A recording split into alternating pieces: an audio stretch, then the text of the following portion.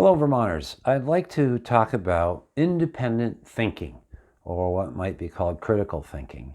I was always taught to think about both sides of everything. In fact, I remember in 7th grade, one of the projects we had was to write about essays about capital punishment.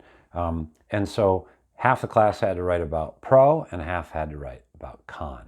So, and as an attorney, we're always hopefully thinking about our adversaries' arguments and always thinking about the weaknesses in our own cases. And over the years, you learn that things usually aren't what they seem if you only hear one side.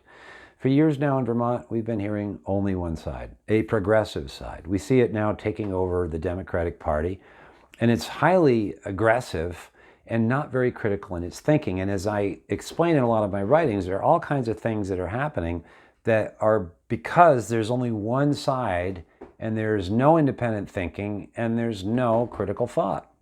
Now, my wife Jackie is running for House. I'm not sure that Jay Hooper or Larry Sakowicz has ever voted against the Progressive Party line on anything. It'd be a good question for them. When have they ever thought independently of what they were told to vote for? Mark McDonald, my opponent, similar question.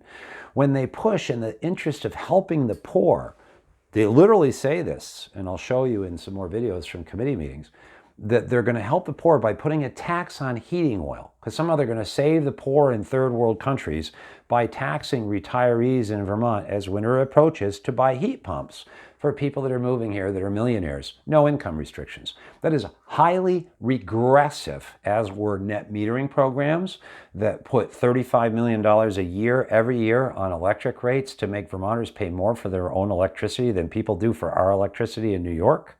That goes entirely to fund solar panels for people who can afford them, while some people are heating with electricity.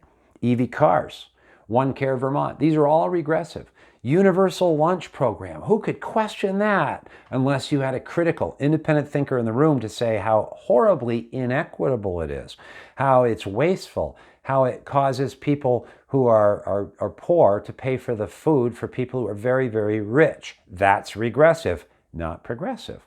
Now, I'm trying to get into the Senate so that I can be that critical voice, even if they don't like what I have to say or agree what I have to say. At least somebody would not be in the echo chamber of progressive, delusional utopia building. They're destroying Vermont.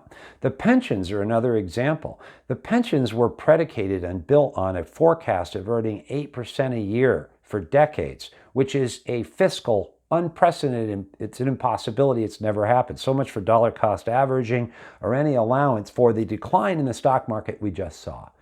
Those same pensions were horribly mismanaged. Those same pensions offered great, huge benefits to people without funding them.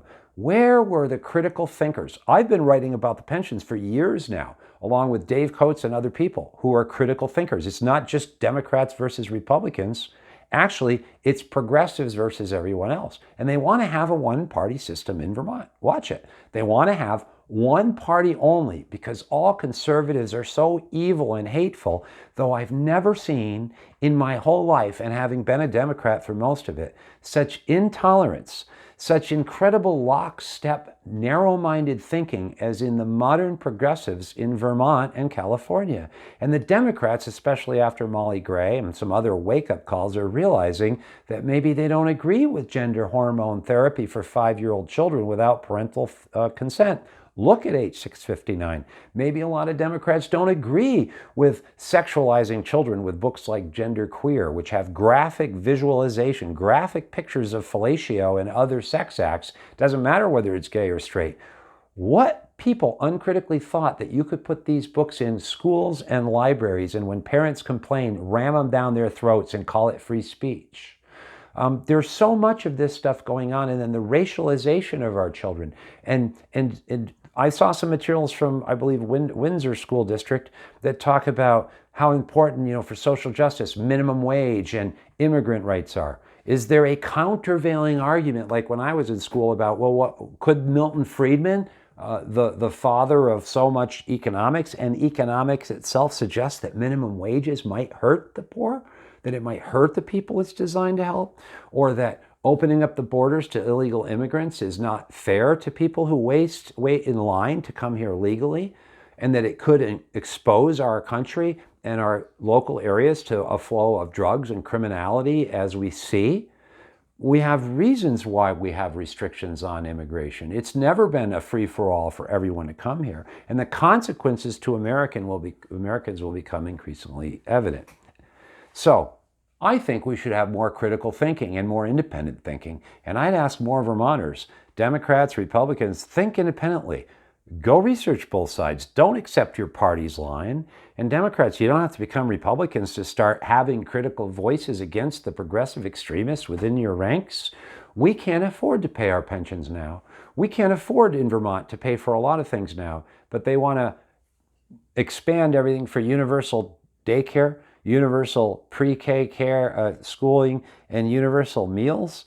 How much can we take before we literally go bankrupt, which, by the way, a state government can't do? So you become insolvent, you start losing your credit rating, which we already did because of our pensions, and now that we're in economic decline, whatever else others want to say, with inflation, that's called stagflation, how do we pay off all those benefits to our retirees without totally burdening taxpayers? And by the way, a property tax foundation for education is horribly regressive and is totally destroying Vermont families and making it hard for people to live here. This is the critical thinking that's been missing in Montpelier for a decade or more. 20 years, the pensions have been almost wholly in progressive hands. I think it's time for some fiscal conservatives and people who can do math critically to come into our legislature and to try to mediate between teachers and state workers and taxpayers rather than set up a situation with one-minded focus that is leading us all off a cliff fiscally, culturally, and then just about every other direction. Either that's deliberate or it's grotesque negligence. And all of it, either way, is due to a lack of different views being brought to the table. I'm going to bring different views. I hope you will too. And I hope you vote for my wife, Jackie, because it's clear that Jay Hooper and Larry Sakowicz and Mark McDonald, however nice they are, have not brought an active voice on your behalf into the legislature. In fact, they never even break lockstep with their own party. And that is not serving constituents who you swore to have their voices be heard. If you're only going along with your party, then by definition, you're ignoring your constituents. And that is not how Vermont works. And we have to change that. I'm going to change it with your help. Thank you very much.